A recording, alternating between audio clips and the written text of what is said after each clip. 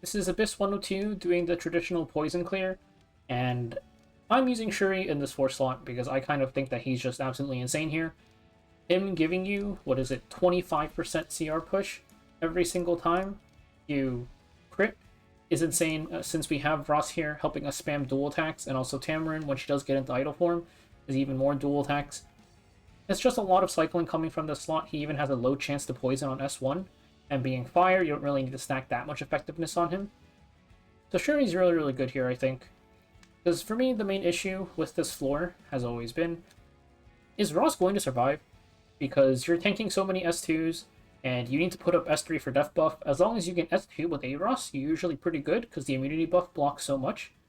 But it's hard getting to that point, and Schuri's 25% CR push on crit helps a lot with help getting Ras to cycle and whatnot. So we can also take a look at everyone's stats, of course. And I will mention that I didn't really do this until my future run, but you can try putting Tamarinne in the front as well to help draw some of the aggro off of Ras. Makes it a bit more likely that he doesn't just immediately get slapped with Unbuffable at the start of the run. We'll move Ras back, that's what I used in this run, and we can take a look at his stats. So for Ras, Steadfast Gatekeeper to reduce the damage he takes from Celine, and then this is on my other account because I don't have Schuri on my new account. So you're seeing some of the older gear, but I think this Ras is worse than the one I have on my new account. So just give him a bunch of HP set gear, make him really bulky with speed main boots, and also at least 65 effectiveness so you can actually def break. For his imprint, you can actually consider going for the self print as well because he's the main one taking damage in this fight, so this might be good. I'll switch him back though. And then there is Tamarinne. So for Tamarinne, she's on pretty much her normal gear. This is a little bit higher end just because I have like actual gear on her, but really it's just you can give her Path of Air gear and it'll be fine. For Artifact though, because we're not spamming that many non-attack skills, instead of Magaraha's Tome, I think Wondrous Potion Vial is really nice. Also helps cleanse some of the annoying debuffs in the Celine floor, or the Celine wave, especially if you have Tamarinne in the front. If you don't have this, or if you have Celestine and you'd rather have the healing, you can use Celestine. And then there is Schuri. So Schuri, I put him on his self-crit imprint just so that like the 14 speed wasn't affecting my run. He already has 100% crit chance without it. If you do have Schuri imprints, of course use the speed imprint. I just didn't use it because my new account doesn't even have a Schuri. The odds of people having SSS Schuri is pretty low. Anyways, give him speed set, 100% crit chance, and if you can, 65 effectiveness. He does have a low chance to poison on S1. 30% is not that high, but hey, it's something. And besides that, you kind of just want bulk. The crit damage and attack doesn't really matter that much. Give him Rosa Hargana. Increases dual attack chance, so even when Kiris S1s or Tamarinne is using non-idle S1, you still have a chance to dual attack with him and get all that CR push in. And then lastly, we can take a look at Kiris. It's just 165 effectiveness on speed set. That's pretty much it. Proof of Valor, really nice artifact here, just to help reduce the damage that she takes. Because if Celine slaps her with S1, or even an S2 if you're running the RNG targeting and you're just hoping she doesn't die, Proof of Valor helps a lot with reducing your damage taken. So that's it for the team and their stats, and now you can take a look at a run. Here we are at Wave 1 of Floor 102. This floor has two primary mechanics. The first one is, every single time you hit Rikoris, that little cannon in the back is going to move up, plus he has a chance to counterattack. We actually kind of do want to force him to move at some point, just because Mascot Hazel, when she uses S3, gives everybody greater attack buff, and the greater attack buff cannon S3 is going to one-shot your squishy DPS. So we ideally want him to move before Hazel gives him greater attack buff. Also, the Rikoris, when he uses S2, is going to give -1 skill turn cooldown to everybody, so let's make sure to keep that in mind. Here, we see the second mechanic. When you hit Hazel 5 times with a single target attack, everybody gets skill nullifier on both your team and the enemy. So we want to ideally have that skill nullifier to either negate the cannon damage on S3, even if he's greater attack buff, we can tank it with a skill nullifier, And also, we want to have this going into the second wave if possible, to help protect us a little bit more from Celine. But for this floor, you just hit Rikoris with your poisons and try to time your entry properly. So here, the cannon has S3, Hazel has S3. We are going to slam it into Rikoris and try to make sure that the cannon moves before Hazel does. At this point, we're pretty much fine. The Hazel, I just hit her one more time just to check the stacks and prep it a little bit more. We're going to extend the poisons here, which also pushes up the cannon. S3s straight into the skill nullifier, and we're perfectly fine. The cannon will also stun itself after doing this. Now we can talk about Rikoris S3. This is going to strip all of your buffs and provoke you, so make sure you don't accidentally phase him into the next part, because you might end up doing a little bit more damage than you intended. I got kind of lucky here that he didn't provoke everybody, so I was still able to hit Hazel and get the skill nullifiers here. At this point, Hazel has 5 poisons. Great dual attack from Rosa Hargana. I was going to press Tamarinne S3, but I don't need to anymore because I dueled. He's below 25%, 5 poisons, he's dead. Now for wave 2, Celine, this is the hard part of the fight. That little number, it went from 1 to 2. That is the targeting mechanic. So, 1 is highest attack, which will be Schuri, 2 is random, and 3 is highest HP.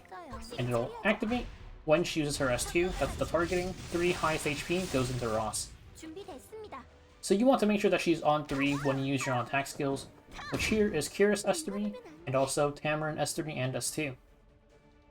I'll also mention that her S2 CR pushes back whoever she hits, so we want to try and get Ras S2 up for immunity buff, which is why I mentioned already in the stats part that we should maybe put Tamarinne in the front, because Tamarinne can at least somewhat self-cleanse herself.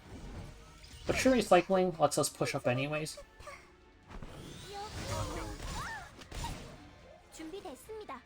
So we landed a nice poison there. And one thing to keep in mind is, one, the ads. When they use non-attack skills, as we give ourselves immunity buff here, that will also activate Celine's S2. So you want to keep track of their non-attack skills. For the purple one, it's its S2, which you'll see here. This little light beam, the S2 on the purple one, and on the gold one, the light beam is on its S3. So you want to make sure that targeting is on 3 when those ads take their turns with those skills up.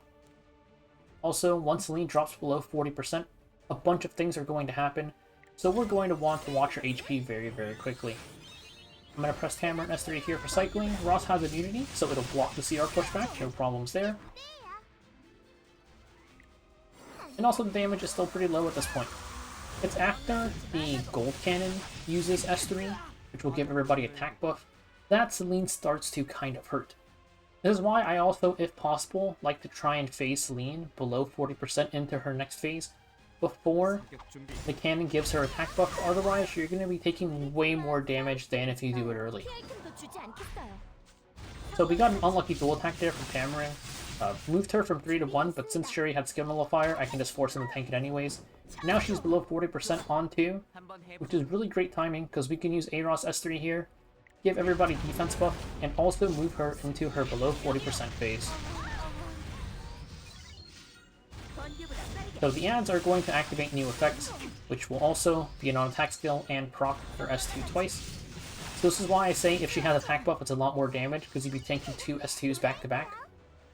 So now the yellow ad is when Celine takes a turn, she is going to heal herself, and the purple one is going to reduce your buff durations. And there we were on 2. I didn't really properly manage her thing, but because we had defense buff, it's fine, we can just tank it. And Celine's pretty much dead at this point, because we had so many poisons going into the below 40% phase. The cannon S3, or the gold cannon S3, is going to cleanse her, but she already took all of the poison damage. So she's pretty much dead at this point. You can see she's healing a little bit. So we do need one more Kiris S3 in order to properly kill her, because she is slowly healing. Her S3 is also coming up, and we have to be careful here. Her S3 does not respect the gold buff targeting, the little numbers. It'll hit anybody, and if it hits your Kiris, she's dead. So you do still unfortunately have that chance of just dying no matter what to this S3. And here, I'm going to heal up Kiris, just so that she is less susceptible to dying to random things. She's on 3, so I'm fine having Ras tank this. And now you can see this S3. Even into Ras with Steadfast Gatekeeper, it still did a ton of damage. That absolutely would one-shot our Kiris. We check our on-attack skills. Kiris is going to have her S3 on the next turn. So when Kiris takes her turn, we're going to want her to be on 3. We can go into Celine again with Ras. And now she's on 3. We don't want to touch her anymore. We'll hit the ads instead.